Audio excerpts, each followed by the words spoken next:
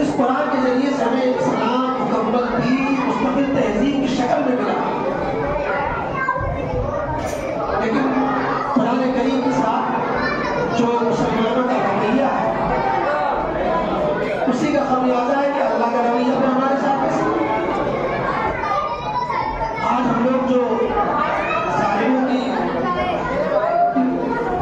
جو ہے بہت بہت بنتے رہتے ہیں کہ ہماری حکمران نے یہ کر دیا اور ہماری مشرقیں چھین لیا اور یہ کر دیا، اس بات میں آتا ہے کہ حکمرانوں کو برا کہنے کا کوئی فائدہ نہیں۔ حکمرانوں کو برا مت کہو، یہ تمہارے حکمران تمہارے اعمال ہوتے ہیں، اعمال ہو حکمران ہو، یہ تمہارے اعمال تمہارے حکمران ہوتے ہیں۔ جیسا تمہارا رویہ ہوتا ہے اللہ کی طرف سے ویسے فیصلے ہوتے ہیں۔ قرآن کے ساتھ ہمارا رویہ اچھا نہیں تھا اور اب تک نہیں ہے۔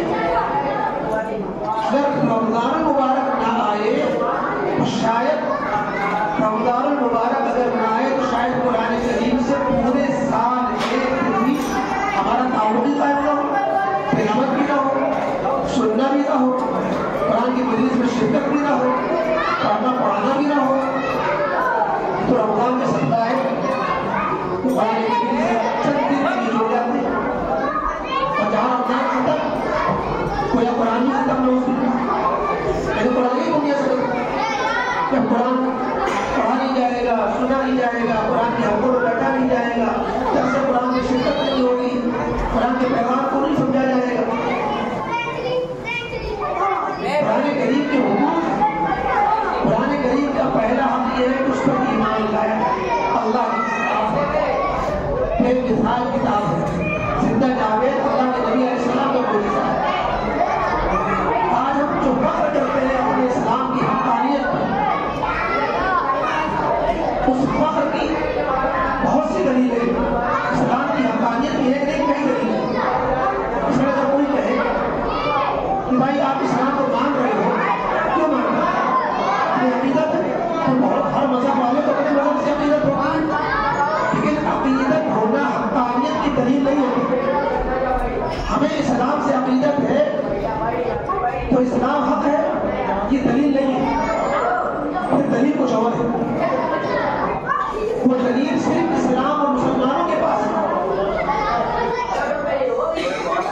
ایک دلیل کہ اسلام حق ہے، ہم صرف عقیدت کی بنیاد پر اس کو حق نہیں مانتے، ہم اسلام کو حق مانتے اس بنا پر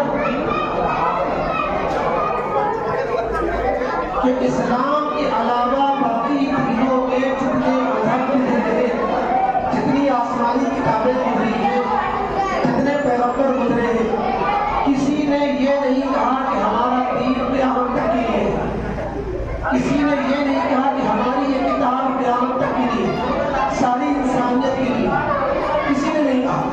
موسیٰ علیہ السلام نے نہیں کہا کہ ہماری شریعت ہمیشہ کے لیے، عیسیٰ علیہ السلام نے نہیں کہا کہ نہ ان کی کتاب میں ہے اور نہ ان کا کوئی فرمان ہے۔ اور اسلام نے کہا، قرآن نے کہا، پیغمبر نے کہا کہ یہ کتاب قیامت تک کے لیے ہے۔ نبی نے کہا کہ میں قیامت تک کے لیے پیغمبر ہوں۔ اگر آپ کے کسی اور مذہب نے کہا ہو تو وہ پہلا میراث دکھلائے، تو اپنی آسمانی کتاب میں وہ چیز دکھلائے، کہاں کہا ہے؟ اسلام کو ہم حق اس لیے مانتے ہیں کہ حقانیت کے لیے جو پیغمبر معجزہ لاتے ہیں، پیغمبر کے ساتھ وہ معجزہ بھی چلا جاتا ہے۔ اگر ہم آج اس زمانے میں کسی کو پیغمبر ہم مانتے ہیں، محمد رسول اللہ صلی اللہ علیہ وسلم کو پیغمبر مانتے ہیں، تو صرف عقیدت کی بنیاد پر نہیں، نبی کریم علیہ السلام کا معجزہ موجود ہے، کسی اور پیغمبر کا معجزہ اس زمانے میں موجود نہیں ہے۔ کسی پیغمبر کا معجزہ آپ کو لکھا ہے؟ موسیٰ علیہ السلام کے معجزے تھے، عصائے موسیٰ ید بیضاء اور معجزے تھے، اب کوئی معجزہ ہے؟ عیسیٰ علیہ السلام کے بہت سے معجزے تھے، لیکن عیسیٰ علیہ السلام کے ساتھ وہ معجزے دنیا میں نہیں رہے۔ اللہ کے نبی علیہ السلام کی نبوت قیامت تک کے لیے تھی، تو معجزہ بھی قیامت تک کے لیے باقی رہنا چاہیے۔ یہ کتاب معجزہ ہے، اور قرآن کا وہ چیلنج جو 1500 سال پہلے تھا آج بھی ہے، اس جیسی کتاب نہیں بنائی جا سکتی، اس جیسی کوئی صورت نہیں بنائی جا سکتی، اس جیسا کلام نہیں بنایا جا سکتا. دنیا میں کوشش کی گئی اور اس زمانے میں تو لینگویج کا قاعدہ ہے, اس کی فیکلٹی اور یونیورسٹیوں میں اس کا پورا ایک شعبہ ہوتا ہے, ایک ڈپارٹ ہوتا ہے پورا.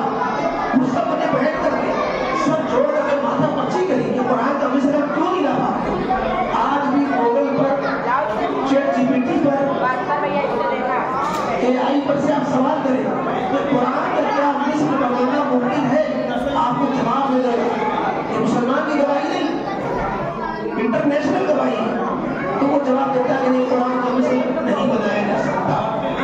آج گوگل ہی جواب دے, قرآن کی مثال پیش نہیں کی جا سکتی. 1500 سال سے چیلنج قرآن میں موجود ہے. اور قرآن نے یہ کہا کہ بھاگنے کے لیے, آمادہ کرنے کے لیے سارے انسانوں مل جاؤ, سارے ملک مل جائے, اور انسان کے علاوہ جنات بھی اس کی مدد کرنے آ جائے, شیاطین بھی ان کے ساتھ مدد کرنے آ جائے. پھر بھی چیلنج ہے کہ قرآن کے معنی کوئی نہیں بتا سکتا. کیوں؟ یہ انسان کا کلام ہوتا تو بنا لیتے. یہ انسان کا کلام نہیں ہے, اللہ کا کلام ہے. اس نبی سے صادر ہوا جس نبی نے ایک الف دنیا میں کسی سے نہیں سیکھا. اس نبی نے لا کر کے وہ کتاب دی جو ساری ہدایت کا سرچشمہ, سارے علوم کا خزانہ اور بے مثال کتاب. یہ نبی کریم علیہ السلام کا وہ معجزہ ہے. اس معجزے کی بنیاد پر نبی کی نبوت پر دلیل قائم ہے. آج کسی اور اسکالر کسی نبی کی نبوت پر کوئی دلیل نہیں. اس لیے ہم اسلام کو حق مانتے ہیں کہ اسلام کا معجزہ موجود ہے, اسلام کی کتاب موجود ہے. جتنے بھی مذاہب ہیں ان مذہب کی تعلیمات اس زمانے میں باقی نہیں بچی.